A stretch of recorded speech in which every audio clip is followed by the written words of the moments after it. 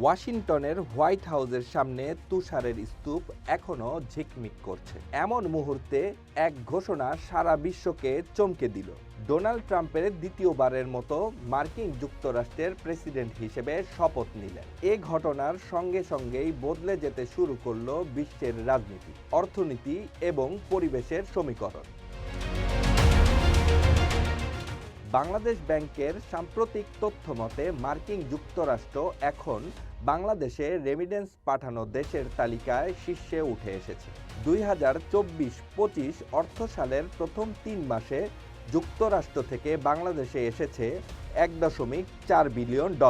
এতদিন এই তালিকায় শীর্ষে থাকা সংযুক্ত আরব আমিরাত অনেকটাই পিছিয়ে পড়েছে। যদিও এ তথ্য বাংলাদেশের জন্য আনন্দের, এর সঙ্গে জড়িয়ে আছে গভীর এক প্রশ্ন: ট্রাম্পের দ্বিতীয়বার ক্ষমতায় আসা বাংলাদেশের উপর কী প্রভাব ফেলবে?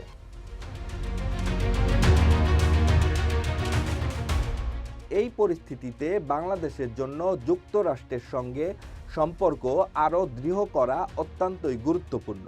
অর্থনৈতিক চুক্তি, অভিবাসন সুবিধা এবং জলবায়ু অর্থায়নের মতো গুরুত্বপূর্ণ বিষয়ে কৌশলগত প্রস্তুতি নিতে হবে। ডোনাল্ড ট্রাম্পের দ্বিতীয়বারের ক্ষমতায় আসা শুধু মার্কিন যুক্তরাষ্ট্র নয়, সারা বিশ্বের রাজনীতিকে নতুন করে সাজাচ্ছে। বাংলাদেশের জন্য এটি একদিকে সুযোগ তৈরি করছে, অন্যদিকে সতর্কবার্তা দিচ্ছে। এখনই সময় কৌশলগত সিদ্ধান্ত নেওয়া। ফাহাদ চৌধুরী, শতাব্দী টেলিভিশন।